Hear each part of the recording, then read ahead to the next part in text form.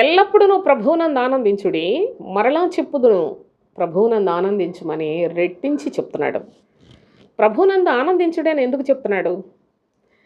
ఎల్లప్పుడూ కూడా విశ్వాసికి లోకంలో శోధనలు, సమస్యలు, ఇబ్బందులు, కష్టం, అవమానాలు, చాలా దూషణలు, నిందలు కలుగుతూ ఉంటాయి.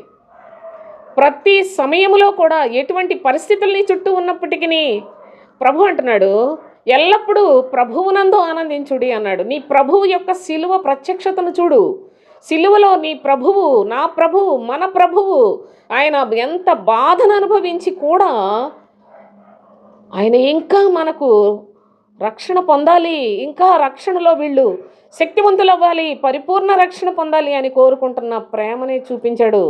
అలాంటి మనసు మనలో తయారవ్వడానికి ప్రభు చెప్తున్నాడు, ఎప్పుడు కూడా ప్రభువునందు ఆనందించుడు. ఏ సమస్య వచ్చినా మనం తీసేసుకోలేం.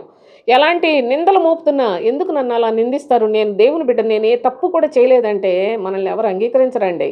కనుక మనం ఎవరికి సంజాయిషి చెప్పుకోనక్కర్లేదు, ఎవరి దగ్గర ప్రాధేయపడాల్సిన అవసరం లేదు, మనం దుఃఖపడాల్సిన అవసరం లేదు.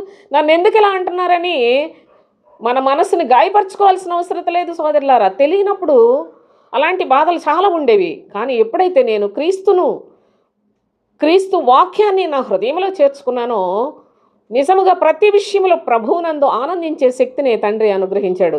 లోకస్తులకు రకరకాల ఆనందాలు ఉంటాయి, కానీ దేవుని యొక్క పిల్లలు, ప్రభు చెప్పాడు కదా, శాంతిని మీకు అనుగ్రహించి వెళ్ళుచున్నాను, నా శాంతినే నేను మీకు ఇస్తానన్నాడు.